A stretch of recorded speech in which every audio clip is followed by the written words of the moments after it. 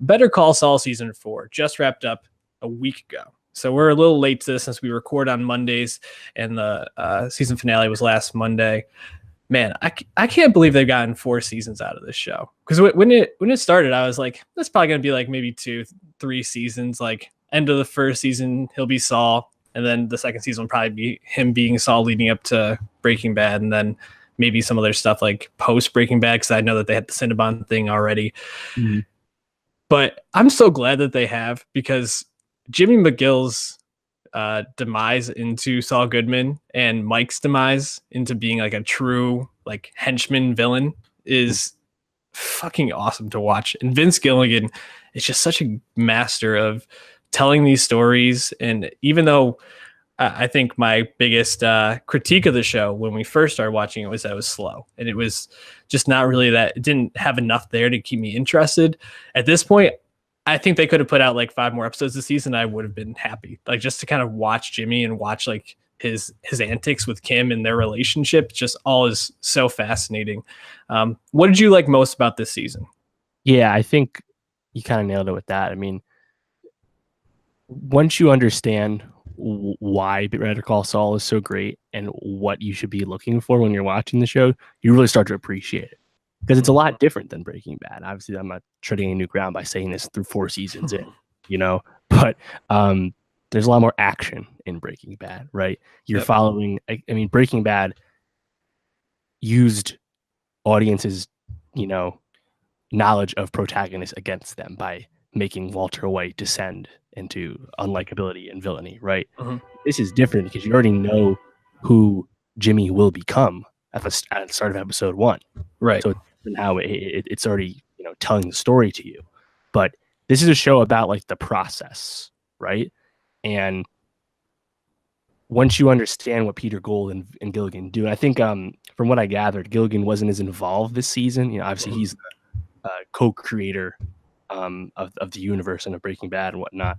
But Peter Gould was a showrunner this season. I think Gilligan, he directed the second to last episode, but other than that, he was less involved than normal.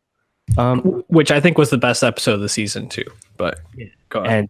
And I wasn't able to gather quite why. I know Steppenwolf mentioned it in passing a few times, so whatever. Mm-hmm. Not like there's any fall from grace or anything there. But this show, like we're almost watching like 2 different shows, right? Like we have the Mike story, which is loosely with obviously Gus Fring is there, which is really just fan service, I guess, and which is loosely connected to Nacho's story, one of the breakout characters from Saul that wasn't in Breaking Bad. And then we have the Jimmy story, right, with Kim and Howard and until this season Chuck, and seeing these two shows really kind of function separate from each other, right? Like Jimmy talked to Mike once this season in that diner. Yeah, I think was that it. Maybe there's 1 or 2 other moments, but they're really separate. But again, it's really all about the process. Like I mean, one of the fucking best episodes where I think just really kind of captures the show in a nutshell happened was, I think, was the finale or the second to last episode where Mike's being chased by Lalo Salamanca, and he goes into that parking lot and opens the glove box. You see the gun. He doesn't grab the gun. He grabs chewing gum. Yeah. And then watch him for 2 minutes prepare chewing gum until he gets his escape in the ticket machine. That is such Better Call Saul and Gilligan in a nutshell right there. Like a Spielberg-esque fake out with a sight gag, and then like they take their time with everything. It's so great. Yeah. Just to like even like drive your point home, even the ending of that episode for Mike, where he is out in the desert and he's basically explaining to Werner, like, you mess things up. Like, I have to do this now. You didn't really leave us a choice. And the shot of Werner walking out into the desert where it's basically all dark at the top of that blue across the desert. You can just see Mike walk up behind him. I thought that was like the most perfect like way to like drive that home. And also, I mean, that is like classic Breaking Bad to a shot like that, using the desert, using the scenery to really have this affecting death. I just thought it was wonderful. And Mike's arc I found to be by far the most compelling arc of the season. Jimmy, I think especially after the first episode when Howard is grieving and he basically is like, well, that sounds like it actually is your fault. So like deal with that. You kind of That's saw like, Howard. yeah, basically you saw he was already Saul Goodman at that point, and like there were scraps of Jimmy McGill left, but he was already transforming. But Mike, I mean, his relationship with Werner and how that really impacted him, other than I think in the first season when he cries over his son, you don't really see Mike open up emotionally in the way that he did this season. And I think it's great that they gave a character like that who in a lot of other shows would have just been like the most interesting character on the show, but never really gets fully developed. And you're just like, oh, he's just like a hardened cop who had a lot of experiences with criminals after he retired. You get to see like who he is as a person and how he developed into the person he was on Breaking Bad. And that's really, I think, just masterful TV making. Which arc did you like more? Did you like Saul or Mike? See, throughout the season, I probably would have said Jimmy Saul, Mhm. but seeing what happened with Mike, maybe what changes my mind is because this is the first time we've really seen like that like chink in Mike's armor. Yeah. Starting to see how he's going to go down that path and just kind of become Gus's fixer, right? Yep. And credit to Jonathan Banks. Obviously, we know he's really great, but with his face, with his eyes, really communicated a lot for Mike. In that episode. I think there's other things the show does. Like there was that split screen montage with Kim and Jimmy, like getting up in the morning and like the brushing the routines and stuff. Really, really effective touch there. Mm-hmm. Joe used a time jump, I think, really smartly. Basically, a whole year passes. Yep.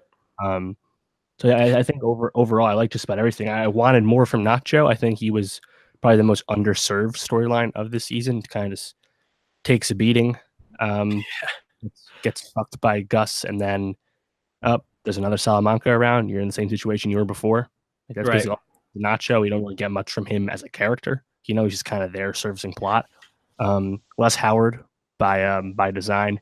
Not as mad about that, but I think Patrick Fabian is really good when he's given a chance, especially because Howard was much more rattled and uncomfortable this season. Yeah.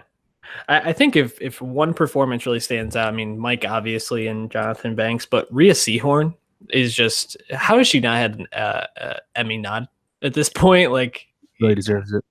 It's crazy. And like the scenes that I think stand out to me most are usually when Odenkirk gets a chance to kind of shine and you see Kim kind of playing off him. And it's a much more subtle performance than Odenkirk is Saul.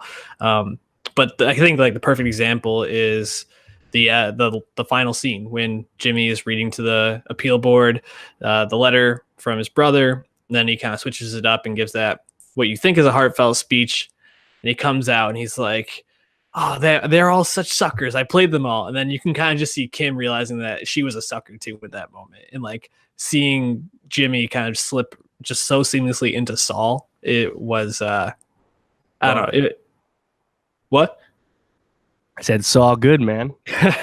Yeah, it was just like great acting. And I don't know. I think if you are willing to give a show a chance that's really about people and not so much about the action, like you got to watch Better Call Saul. Like if you appreciate storytelling in that way, it's probably the best show on TV right now for that style.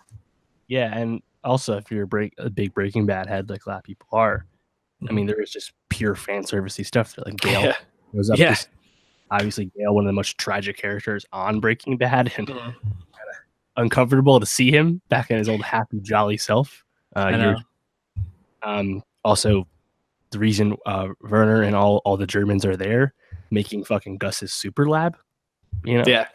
That's a key setting through a lot of Breaking Bad, and not that they finish it, but just stuff like that, which again, it's not really the point. It's not why the show is good, but it also does, obviously it's very clear that they do have a connected plan for how this relates to Breaking Bad. It's just really cool to see.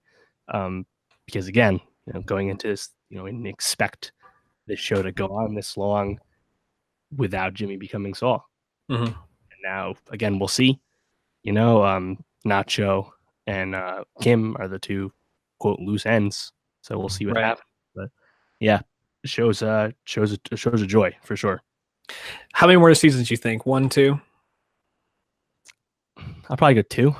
Yeah, I think we get one more Saul season, and then we get a Cinnabon, whatever his name is. Like a present timeline, a post Breaking Bad show. Yeah, black and white.